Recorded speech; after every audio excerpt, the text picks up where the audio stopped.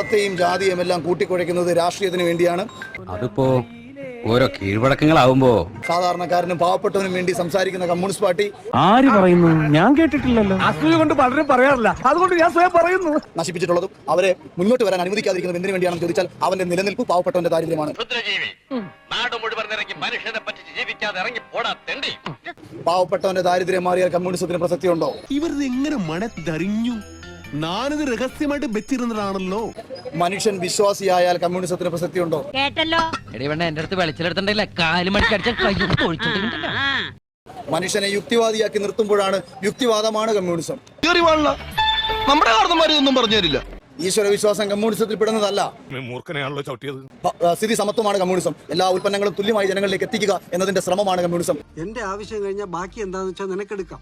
കേരളത്തിൽ തന്നെ വലിയ യുക്തിവാദികളുടെ നേതാക്കന്മാരിൽ ഒരാളായ ശ്രീ പ്രൊഫസർ രവിചന്ദ്രൻ പലപ്പോഴും സത്യം വിളിച്ച് പറയുമ്പോൾ അദ്ദേഹത്തെ സംഖ്യയാക്കി മാറ്റുക. അപ്പൊ ഞാൻ പൊട്ടനാ?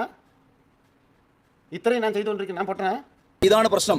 ഇവിടെ സത്യം പറയുന്നവനെ സംഖ്യയാക്കി ഒറ്റപ്പെടുത്തുന്ന കാലമാണ് നമുക്ക് മുമ്പിലുള്ളത്. ബുദ്ധിമാനായിട്ടൊന്നും അഭിനയിക്കൊന്നും വേണ്ട, എനിക്ക് അത്രക്കൊന്നും ബുദ്ധിയില്ല. ഏറ്റവും നല്ലൊരു ഈശ്വര വിശ്വാസി ഏറ്റവും നല്ലൊരു യുക്തിവാദിയായിരിക്കും. ഇനി നീ എങ്ങാനും അപ്പൊ യഥാർത്ഥ സങ്കല്പങ്ങളെ തിരിച്ചറിയുന്ന ഒരുത്തയും ഒരു ആത്മീയവാദിയും ഒരു കലാപങ്ങളും ഉണ്ടാക്കാൻ പോകുന്നില്ല. സത്യം.